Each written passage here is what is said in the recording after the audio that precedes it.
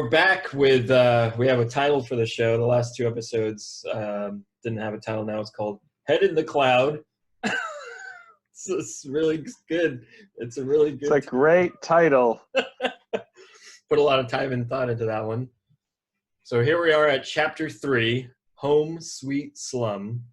So major spoilers, as always, when we go into these. And I wanted to mention something from Chapter 2 that I missed. At the end of Chapter 2, there's a line that I always loved, and he calls the plate pizza Barrett. Yeah. Like the great pizza in the sky. That carried over. I'll put a little comparison photo here, but I just wanted to make a note that he still mentions it, pizza.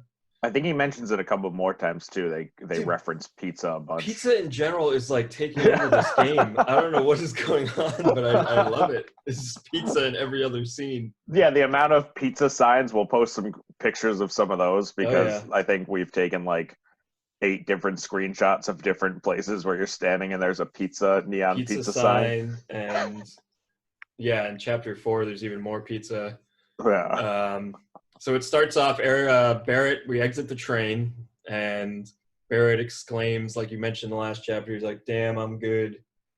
And then I noticed that they do include the couple from the original game, and like there's like that 2 couple that are talking. Because in the original game, there's like barely any people around. Yeah.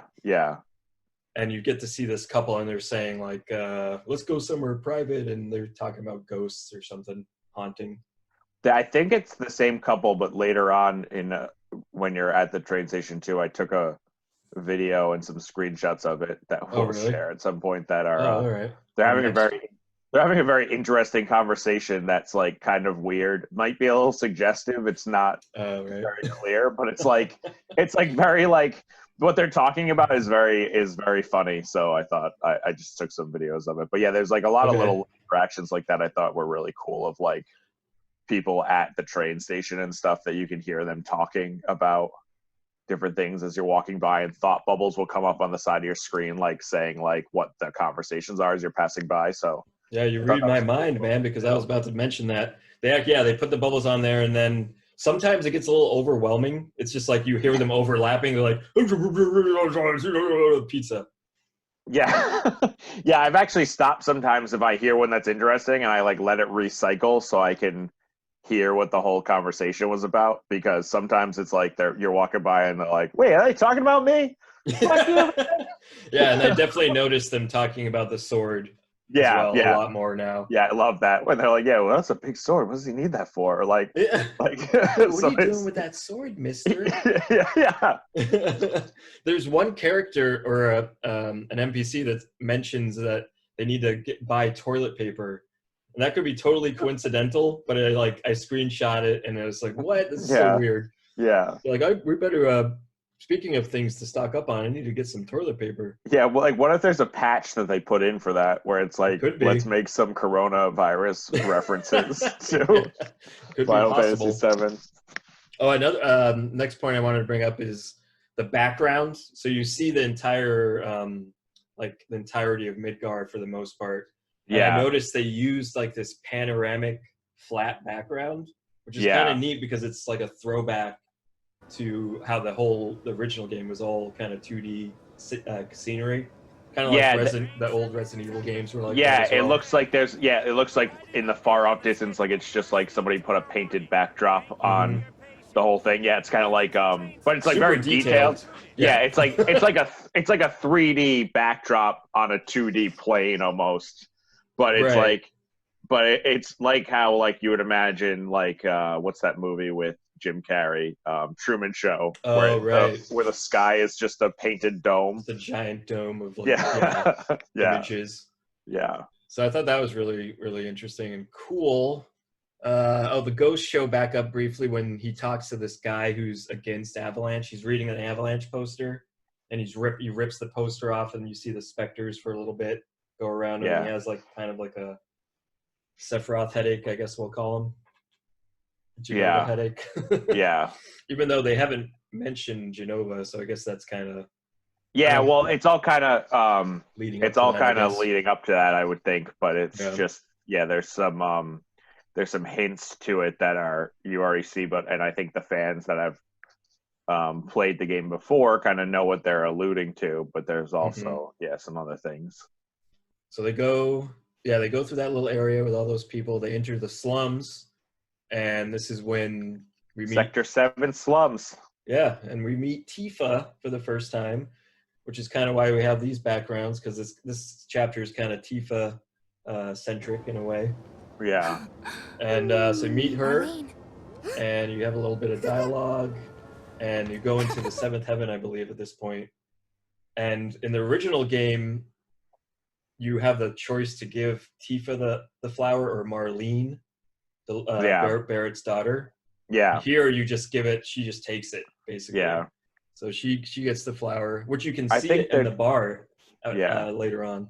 I think they're trying to ship them a little bit more, because in the original game, I feel like there was an element of that, and you could kind of pick between her and Aerith in some ways of like who you pursued and stuff. But it's always Tifa. Like, you've known Tifa since you were a little kid, like in the game and stuff. Like, I feel that their paths are more intertwined than anybody else. It's true. And I feel like they're trying to make that more prevalent in the game. But at first, when you first meet her, it's kind of like a couple of weird interactions. Like, she seems very cold with Cloud. Like, it's almost like they're friends, but they're not like close friends. But given how you interact with her throughout this chapter, it gets less so. But I feel like at first she was very much like, I don't know, like she distant. Like, a little distant for a second. Like, she wasn't talking to somebody like she would an old friend, and then it kind of gets that way a little bit more. Yeah, but it also might be Cloud's demeanor in that, because Cloud's demeanor is so cold at first. Right. Like, he doesn't like give her much. He kind of just is like, huh. Yeah, whatever. There are a lot of stuff that make me enjoy Cloud's character a lot more in this game, in this version, in this remake. Yeah. So, yeah, they get together. They have their little dialogue in the bar.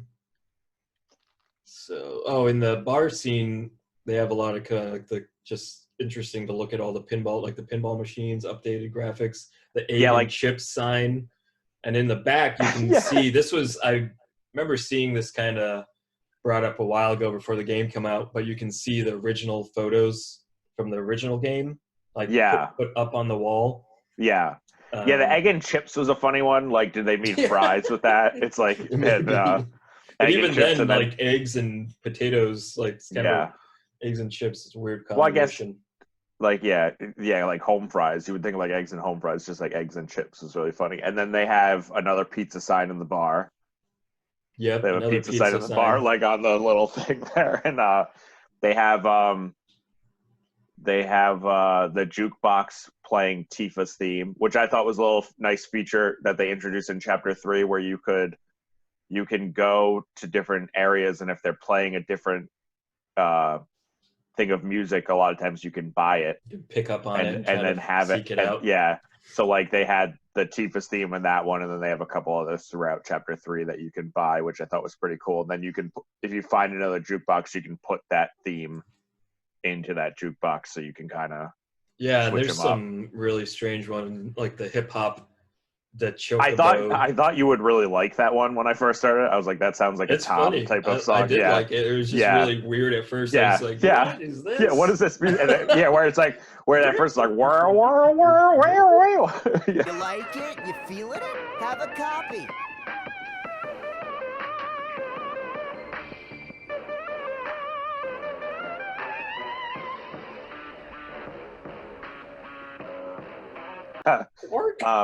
Quark? I love the detail in the bar. It's much bigger than the original game. Like, I feel like in the original game you could go up to the bar, or you could go up to the pinball machine and the pinball machine has a better it's the elevator, but it has a better detail on it where you can see it's those bomb creatures on it. The I can't remember the name of that creature. Boleros? Is that what it's called? Something like that. Bolero? I can't remember. But yeah, the details in it were really cool. Like, I thought that fans anymore. No. I think we were discussing right before we came on here, just there's so much content. Like, I'm in Chapter 8 right now in the game, and when we originally thought to do this, I was like a few chapters behind. I've been trying to play slower, but it's still just hard because every time I get on, I'm like, I can do more stuff. And so I was like, wait, what happened? I can remember some details in chapter 3, but I had to like look up a synopsis to like refresh it already because there's so much information and so much that's happened in such a short period of time, and they all blend together. I was like, what is chapter 3? Chapter 3, it does feel like they tried to throw in as much tutorial stuff as possible because you have like, because then you get a bunch of the side quests. You get to learn about different, like that kid Chandler shows up. So you meet he works for Shinra. Lung capacity, perfectly balanced muscle and bone structure. An optimal candidate. My name is Chadley.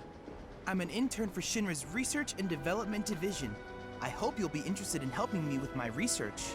I thought that it was really cool, though, how they incorporated, like, it is a tutorial section, but it's more just, like, you can do a bunch of side quests to level up, but there's, like... They blended in nicely. Like, it's not, like, forcing a tutorial down your throat. It's more like, oh, you can practice mechanics in this, and you can do more magic in this, and you can just kind of figure out what you're doing a little bit more than if it's just, like, here's a tutorial that doesn't give you any rewards. You're just doing some kind of thing. Right, yeah. But the side quests were cool. The side quests were cool, but go back really quick to these two guards. You interact with the security guards at that gate fence, and they keep getting meaner. Like, the one guy is nice, and the other guy is like, tell him, no, meaner than that. And he keeps, like, getting more stern. That's a pretty funny interaction. Yeah. But there was always comedy in the original games, too, when you would talk to certain soldiers, because... I feel like the soldiers were always kind of the comic relief when you would talk to the Shinra infantry, not the soldiers, but the Shinra infantry would be like really funny when you would talk to them a lot of times. Like, I just feel like there were a lot of interactions with them, and I like that they took that over into this game as well. Yeah, the humor is slightly more subdued in a ways, but I am noticing that they're kind of tuning it up a little bit from time to time. I noticed that in a few later chapters that it still gets a little bit more silly. So he gets his own room thanks to Tifa, and we are introduced to this new character, Marlene. Yeah. It's kind of like this motherish type of character, I guess. Wait, is that Marlene, or is that the, because Marlene's the daughter's name? Oh, no, I'm sorry. Marl, yeah. Close. Marl. Her voice sounds very familiar, too, and I meant to look that up, and I forgot. I want to... we can look that up really quick. Marlene. Yeah, I'm doing that right now. Marl, voice actor. Barbara Goodson. I'm not familiar with her. She was in Mighty Morphin Power Rangers. Yeah, it sounded like I had heard her in that or something as like a monster. Or something. Her voice sounds like she's done a lot of voice acting. Cooley. She was a voice actor. Fist of the North Star. A lot of animated shows. I think that's why just from a lot of like anime and stuff, I've heard her voice. She's in Akira. She did as well. She did Naruto too. She did Chio. Oh wow, she's been in a lot of shit. Yeah, they got a lot of good voice actors in this. Oh, she was in Star Wars: The Clone Wars. Oh. That's one of the ones she was in. She was in Spider-Man the Animated Series as Dr. Kafka. Oh, weird. Okay. Yeah, that was one of the ones that I think I recognized her voice from. And then she was in Avatar. She was in The Last Airbender, not the fucking blue person movie. I've never seen that movie, so I don't know. You never saw Avatar? Nope. No shit. Wow, you should. It's worth it. I know, but I just, at this point, why bother? Why would I do it? Why would I do it, man? So you get, you meet her, and she's kind of like, "Yeah, you take care of Tifa, I'll beat the shit out of you." Yeah, which I don't know how she think. I mean, I guess she's an old tough lady. She probably couldn't fight Cloud, but Cloud is pretty badass. They're not really gonna fight. They are, Matthew. Man. That's spoiler alert. They fight. No. Really, like she is Genova. And then you go into your room. You try to go to bed, and you get woken up by specters this again. Weirdo next door to you, who I like you think that they you think is Sephiroth for a second because he has one of those flashbacks. Well, he has. Reunion.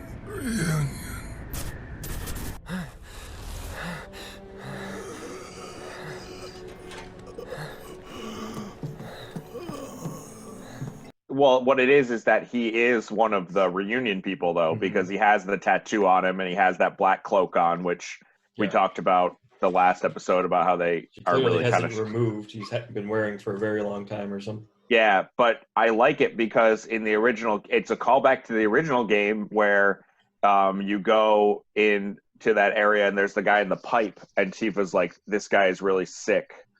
And then you go in and it's some guy in a hood laying on his bed. And and it's the same, it's a callback to that same guy. I vaguely remember that. This whole thing we as we've been saying has just been a lot more content, a lot more story, a lot more in the old because in the old game, like people were like, I remember people were like living in the old Sector 7 slums in different parts of it. People like had like one concrete room that they stayed in. Like you'd go into a room and it would be like a concrete box that somebody had a bed in, that would be their bedroom, or the guy was living in a pipe, or somebody's shop would be in some weird like one thing that I was upset about. So you're going around doing all the side missions with Tifa, and one of them is you go to the weapons store to try and find new weapons, and the guy's really an ass to you at first. Huh? I ain't got nothing for a punk-ass bitch like you. Get on out of here. You can't off. You won't interact with him from him till you complete a couple missions, then you come back. You have to prove your worth. Yeah, but like shop. I was upset because I think Sector 7. I could be wrong, so we'll see if it's later in the game. But I thought in Sector 7 was the one where you go into the weapons store and you can like click a remote control thing that made like this machine gun fire off over and over again. Like on another section, like it was like a little test weapon that you could like interact with. I'm not 100% sure. I can't remember if it was Sector 7 or if it was when you get to the wall market or something like that, or wherever when you do the other missions with Don. Yeah, it might be later because that does sound really familiar. So I'm hoping that they keep that in because I thought that was really cool. Like a secret like area or something. I can't remember. Yeah, but one of the things that I thought was really interesting was that you get your second sword like pretty much soon after you do a couple of missions. You go back to the weapons thing, and there's just a sword hanging out there, and you get a new sword pretty quickly. Yeah, he just gives it to you. Yeah, as well. and in the original game, the first sword you could get was Hard Edge, and that wasn't until Shinra Tower. You could steal it from a soldier class 3. Or you could buy it when you got to Junon or something, or not Junon, whatever the next town was, you could buy it. But right. So it was weird that they had that quickly. I liked it. I liked that you could switch out your sword so quickly, but yeah, and there's even more stuff to go into that as well, because now you can upgrade your swords. Which is cool as well.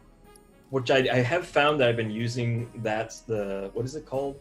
The other sword more, just because it had 3 materia slots.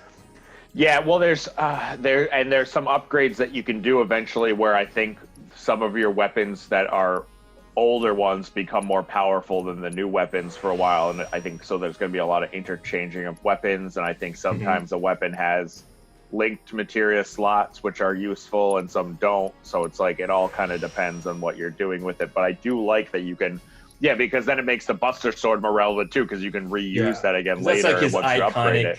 Weapon, and it's kind of sad to just like switch to another one but then never use quickly that again now. And I have a feeling that there's going to be a lot less weapons in this like it's going to be like you probably have like 6 swords or something that you can kind of like switch between or something like with that. This whole upgrading system, it's really cool and I like that they're doing it, but I have a feeling that it's going to decrease the amount of weapons you can do. Yeah, and I do like too how you can kind of switch between them if you upgrade, and so it makes it, because in the original game you pretty much had the Buster Sword for the entire first part in Midgar, the whole thing in Midgar, you pretty much had that sword. So yeah, that's nice. That's true. And you can also, each sword has different abilities. Like this other sword has like the triple slash that you can attack 3 enemies in succession. What I do like about that feature too is once you learn that skill 100%, you don't have exactly. So then you like have just a bunch of skills that you are accumulating, and it's for everybody's weapons too. Like Tifa kind of has the same thing, and some of hers look like some of her limit breaks as well. Like I kind of like how they've done that with a lot of the characters. Like you kind of take on your limit breaks like as just special skills and stuff. So right. Well, let's rewind back to the Sephiroth scene. So he does think that that guy is named Marco. Yeah. And he sees Sephiroth, and I like it how he kind of Cloud gets caught off guard, and he's kind of like this like invincible warrior, and he gets his sword stuck in the windowsill in this cutscene. So I thought it felt like really real.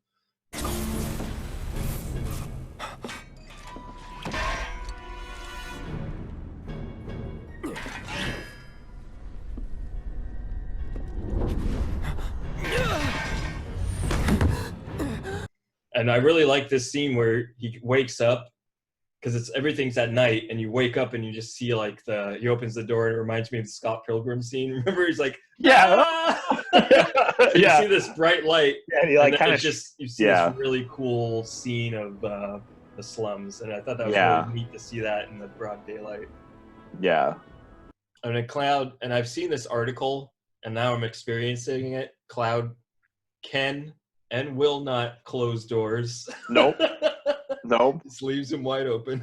Yeah. And then they're closed when you come back like later, but yeah, he like some mysterious force closes them. Yeah, he just does not close any doors. He just opens them and walks through and just continuously does that. That was worth mentioning. Yeah. It's been kind of plastered all over the internet. A couple things just some of the stuff I noted was just random characters saying stuff like one guy saying, "Oh, I missed out my chance to live next door to Tifa." They have the Fiend's slain counter. I love that because it shows up, because I love it once you get to a certain point too. They're like, I don't think anybody's ever going to break that record because you're like the only one that's coming to town and like killed a bunch of monsters. And it happens pretty quickly too. You get up to like 60. I think 60 is the limit to get those items. I think my counter is up to like 115 or 120 in that slum area, and it's like, and they're like amazed by it. And it's funny because once that starts happening and you start doing those missions too, like the tone changes for you. Like everybody's like, "Hey Cloud, what are you doing? Hey Merc, like how's it going?" Like they're all like yelling at you like you're a savior and stuff. There's the Merc. Yeah. Yeah, you get to. Because the first one you really do is where it's more of a tutorial, and Tifa takes you into that little area and you kill monsters in 3 different spots. And I love Cloud. He's so like reluctant to do anything because Tifa's trying to get him to do stuff in the bar, and he's just like huffing and puffing. He's like, He's such like he has such like a friggin'. It's funny though too how quickly. But with his attitude too, one of the things I love about him is how quickly it changes too. Like I feel like at first he's like so reluctant to do everything, and then the more he spends time with Tifa, I think he realizes how good of a friends they were, like how good of a friend he was with her before, like how having friends might not be the worst thing. So I feel like as the things go on, he kind of just is like, he still tries to play up the facade of being like, if the price is right, but he never like asks for money after a certain point. Like he like at one point is like for a while he does, but then he just starts being like, if the price is right, but never mentions it again. So he's like trying to be a tough guy while being like a softie at the same time. Yeah, he has very unique character changes throughout. Yeah. Most people would say something sweet right about now. So yeah, you do. Tifa joins the party. You do that quest, and then you end up getting all these other side quests. The cats. I'm assuming you did them all. Yeah, I did every single one. Find the cats. Kill the were-rats. Nuisance in the factory with a junk dealer, and then the Chandler stuff, which is like assessing enemies. And doing, like, which is basically like he's like an achievement system, in-game achievement system, because you can get different stuff as well. Yeah, he creates more materia with each study thing you do, and then you can buy them, and they're typically pretty cheap to buy one of them. So yeah, everything. That stuff, like stuff goes on sale in general. Yeah, I find that like either high potions or shit like that will go on sale. Yeah. Yeah, you fight the Wrath Hound, which is kind of like a mini boss. Yes, the Wrath Hound mini boss, which is pretty cool. And then there's like a Cerulean Drake or something. Yeah, you got to go into the boss. Yeah, you have to go into the they'll burn the shut down factory to do that. Yeah.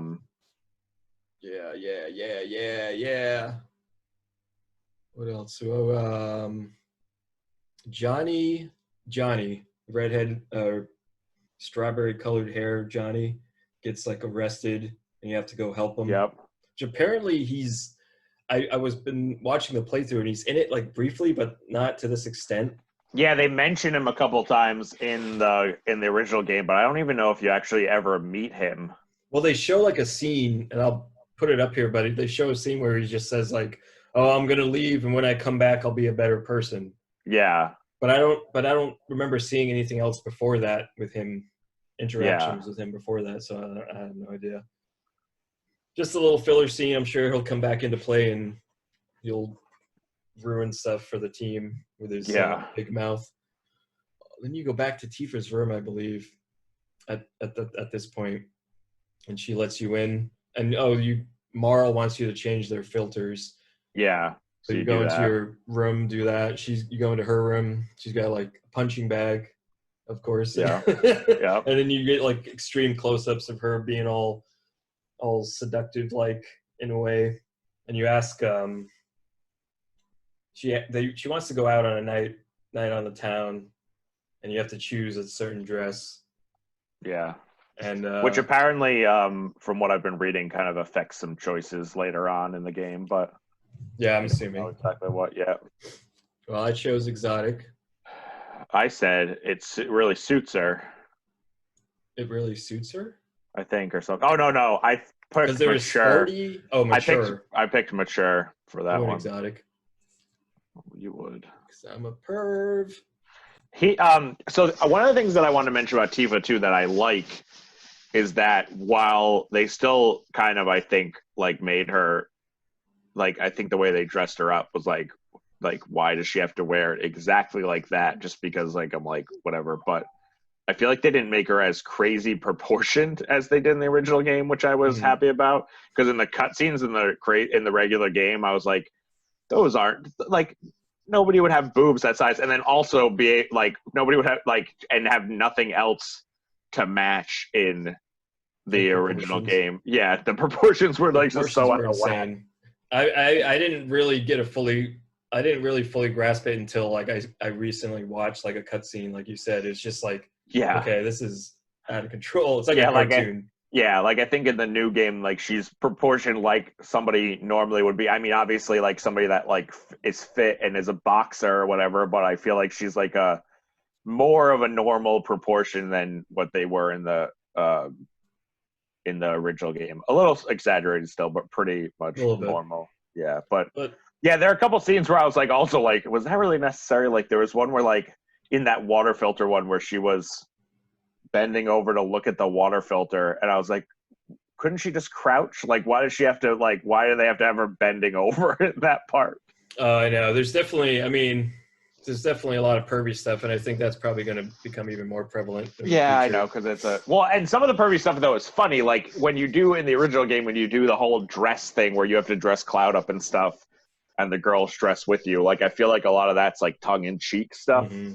But then some of the subtle stuff sometimes I'm like, I mean, it is what it is. It's a video game, but it's like, it's still, like, sometimes I'm like, do they really have to do that? Yeah, it can like, be at that point? Get to be a little too much sometimes. Yeah. So after that whole thing, they go back to the bar, have some more drinks. One of them happens to be called a Cosmo Canyon. But you're a more discerning customer, aren't you? In which case...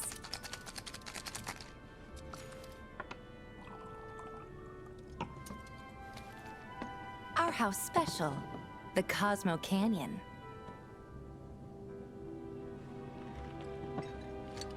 Beautiful. Yeah. If you will. Yeah. And this is when I noticed that the Aerith's flower was put in a vase in the background. Then they chat up with... they kind of go back into their secret hideout in the pinball under the bar. They chat up. They decide that they're going to do the next mission without him or something. Yeah, because I guess they don't want to. And then I thought that scene was really interesting because you're sitting there and all having conversations, and you like talk to Tifa, and she's like, "I feel like I have to hang out with the gang right now, okay?" And I'm like, "All right, Tifa, thanks a lot." And I just when you like leave, like they're all just kind of not being the nicest to you. Like something all of a sudden changed. That was like weird. It was a strange moment because you go and talk to like Jesse and them, and they're just like, "Oh, you must be pretty hungry too," or like, "Oh, I'll get in touch with you later." They're like, fuck off. Get out of here. Yeah.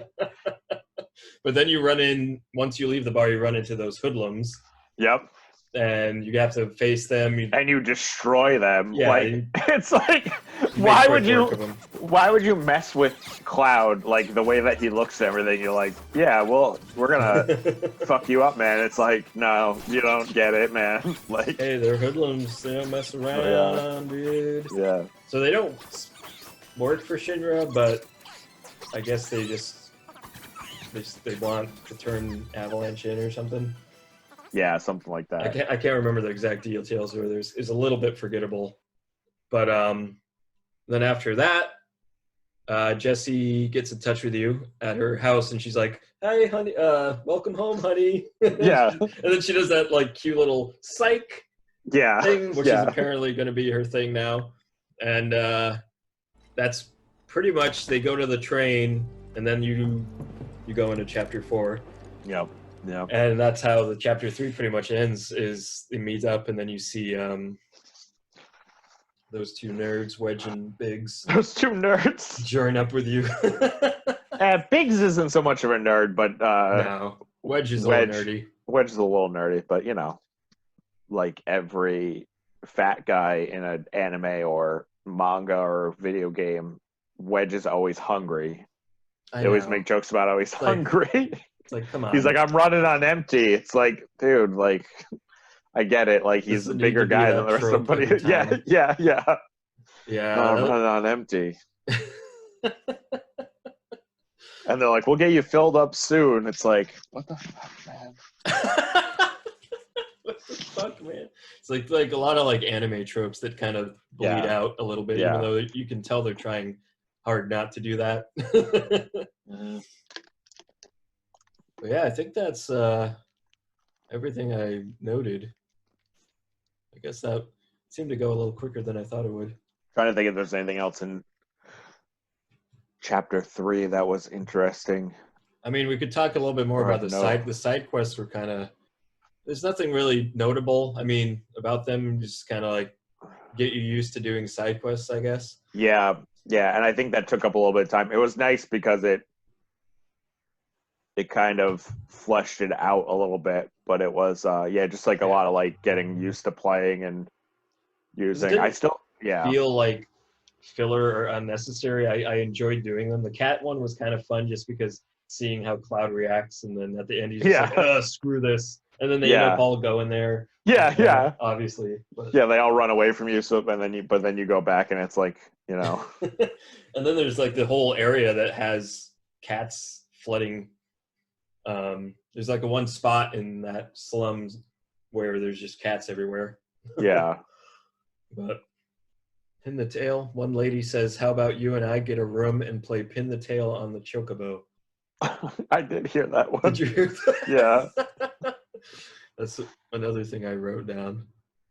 Yeah, there were some interesting dialogue is really fun. I really like a lot of the funny, silly dialogue. Background. Yeah, man. There were some good little one-liners in there that you can hear people saying. Yeah. Other than that, I mean, it does reveal a lot of. You see a lot of new stuff in this chapter, like the upgrades, how that works. You got some new materia. We didn't really talk about the assess materia. I mean, isn't that kind of like what sense was? No, because sense, I feel like, would do similar things, but actually gives you even more in assess, because you can already see their health bar. With sense, I feel like with assess, it kind of gives you a whole rundown of the synopsis of the monster or whoever, and it's super in depth. Weaknesses, what they're strong against. And it tells you all their attacks. I'm assuming at some point you can get that enemy skill and take some of those attacks for your own. Probably enemy skill, sure, but yeah, enemy skill. I would hope would show up at some point. That would be cool. Yeah, we'll see. And it also, when you use assess, it does like an area, so you don't have to do